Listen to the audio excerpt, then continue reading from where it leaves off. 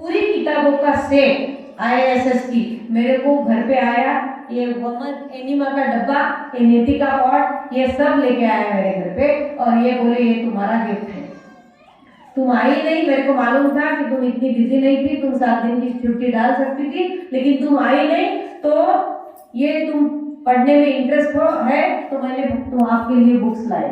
तो मैंने क्या किया कि भाई हाँ, उसमें इतना बदलाव दिखा मेरे को 1 महीने में। तो मैंने क्या किया कि ये बुक्स पढ़ डाले। सबसे पहले मैंने पढ़ा जीवनी शक्ति कैसे जगाए, और वो पढ़ने तब सेवा सुमिरन पढ़ा, सेवा का सिद्धांत, एक एक बुक पढ़ डाले, उसमें के नोट्स अंडरलाइन कर दिए। और फिर लगदाता इन शेगांव में एक उपवास का शिविर था, 3 दिन का उपवास।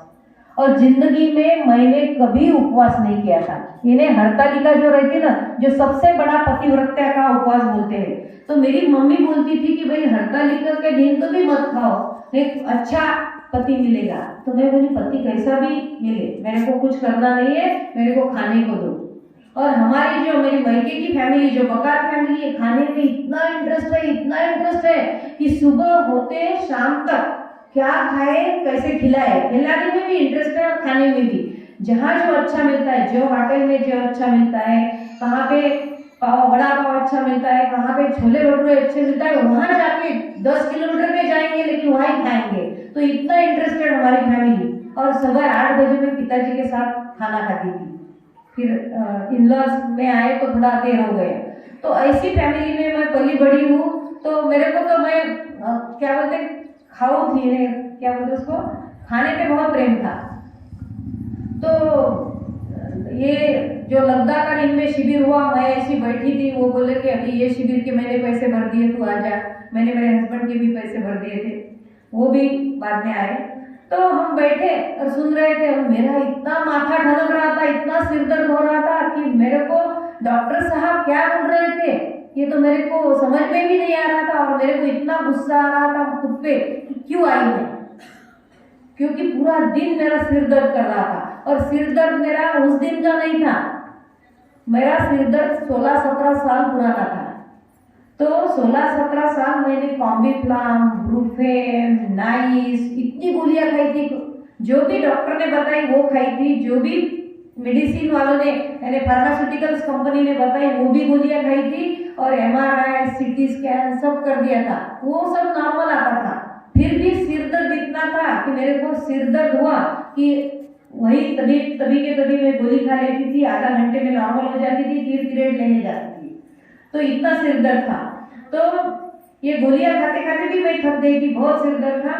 तो वो सिर दर्द होने की वजह से वो लगदाता इनमें मेरे को पहले दिन तो ऐसा लगा कि अभी घर जाके कुछ तो भी खाएंगे।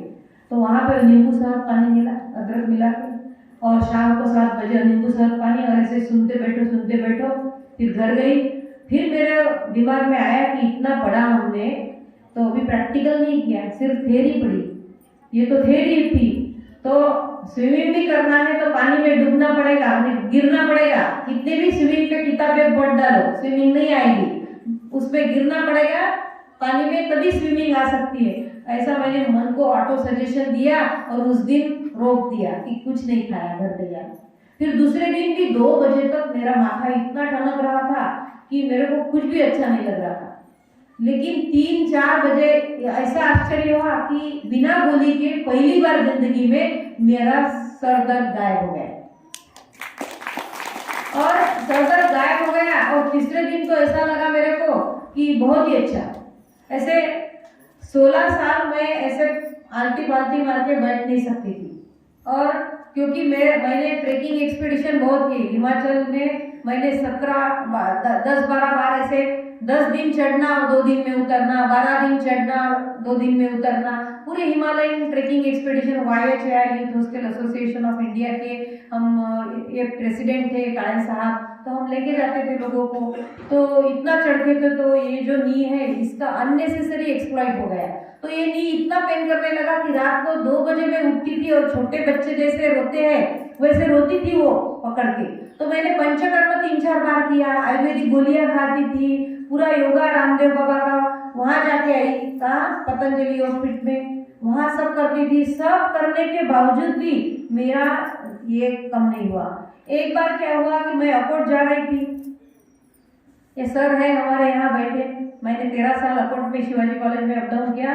तो ऐसे बरसात के दिन थे तो मेरा पैर फिसल गया और मैं ऐसे धड़ाम से नीचे गिर गई बस को पकड़ने के चक्कर में। और फिर ये जो लास्ट वर्टेब्रा जिसको टेलबोन बोलते हैं, कॉकिक्स नाम का जो लास्ट वर्टेब्रा है वो फ्रैक्चर हो गया। तो फ्रैक्चर हो गया तो वो माइनर फ्रैक्चर था। तो मेरे को बैठने में इतनी तकलीफ होती थी। तो अकोला के मिलिंद चौधरी डॉक्टर, सोनवने डॉक्टर, गढ़िया डॉक्टर, एक डॉक्टर पे मेरे को कभी भरोसा नहीं था कि ये डॉक्टर क्या बोलता है और ये डॉक्टर क्या बोलता है। तो क्रॉस चेक करती थी मैं। तो मैं उसके पास गई तो उन्होंने वो एक रिंग पिलो दे दी।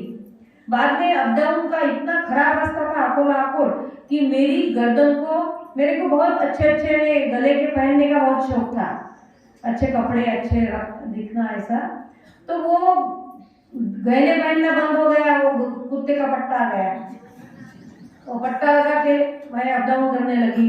और पट्टा के बाद में दूसरा और आ गया दागिना, वो रिंग बना, एक रिंग पिलो बोलती उसको मैंने एक अच्छी सी कवर वगैरह सिला दी कि वो भी अच्छी दिखना चाहिए।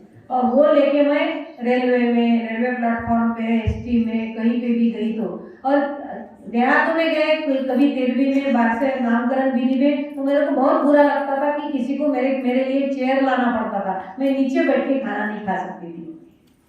और डॉक्टर ने, और मेरी 2-3 फ्रेंड डॉक्टर है, ऑर्थोपेडिक्स है, उन्होंने मेरे को बताया था कि कभी भी कुर्सी पे ही बैठना, नीचे कभी नहीं बैठना। और ये मांडी नहीं डालना, क्या बोलते हैं उसको, पालथी नहीं मारना। तो वो हम फॉलो करते थे 15-20 साल। मैंने ये मैडम है माधुरी वहाँ का, हमारी इंग्लिश की प्रोफेसर, उसको मालूम है। और माया पे भी है अकोट की, कि मैं ऐसे बैठ नहीं सकती थी। तो मैं ऐसे ही करती थी। ये हो गया तीसरी तकलीफ। पहली थी सर्द की, दूसरी थी नी। और नी इतना दर्द करने लगा कि मैंने फिर संजय जी को दिखाया पूना में। तो संजय जी ने बोला कि आपको 1-2 महीने में नी का रिप्लेसमेंट करना पड़ेगा क्योंकि लिगामेंट्स डैमेज है, गद्दी घिस गई। उनके मेडिकल टर्म जो है, उन्होंने उस मेडिकल टर्म को समझाते हुए, एक फिजियोथेरापिस्ट ने मेरे को तो इतना हद तक समझाया कि अगर तुमने 3 महीने में नी का रिप्लेसमेंट नहीं किया तो तुमको लैट्रिन का और बाथरूम का प्रॉब्लम आ सकता है, ये भी बोला। तो मैं अभी मन से थोड़ी तैयार होने लगी कि नी का रिप्लेसमेंट करना पड़ेगा। पैसों की कुछ कमी नहीं थी और हम कमाते ही इसलिए है कि हमारे पे खर्चा कर सके। ये अलग बात है कि वो जो अभी जो मरा 75,000 करोड़ राकेश झुंझुनवाला ना, उसका एक स्टेटमेंट है कि मैंने सबसे मेरी बैड इन्वेस्टमेंट हेल्थ पे थी। तो 75,000 करोड़ छोड़ के मरा। तो मेरा तो ऐसा नहीं था, मैं तो छोड़ के मरने वाली नहीं, सब खा के पी के पहन के सब ऐसा करके। तो मेरे पास पैसे भी थे, पैसों की कमी नहीं थी। फिर मेरा ये तीसरी तकलीफ हो गई। चौथी तकलीफ मेरे को 8 साल पहले हुई। UTI, यूरिनरी ट्रैक्ट का इन्फेक्शन। इतना खतरनाक इन्फेक्शन होता था कि मैं छुट्टी लेके 3 दिन घर पे मेडिकल लीव डाल के, क्योंकि मेरे को टब में ही बैठना पड़ता था। इतनी जलन, इतना बर्निंग सेंसेशन वजाना में होता था कि मैं कुछ नहीं कर सकती थी। उसमें पूरा ध्यान उसमें चलता था। और इतनी ठंड लगती थी, और थोड़ी ठंड इतनी ज़्यादा लगती, और फिर 103, 104 बुखार। फिर डॉक्टर के पास जाओ, फिर वो पूरा विशियस सर्कल चलता था कि ये करो, वो करो, ये रिपोर्ट लाओ, इसमें लैब में जाओ। तो फिर पूरे लेबोरेटरी में जाके रिपोर्ट निकालने के बाद पस सेल्स निकलते थे उसमें, हर समय पस सेल्स निकलते थे।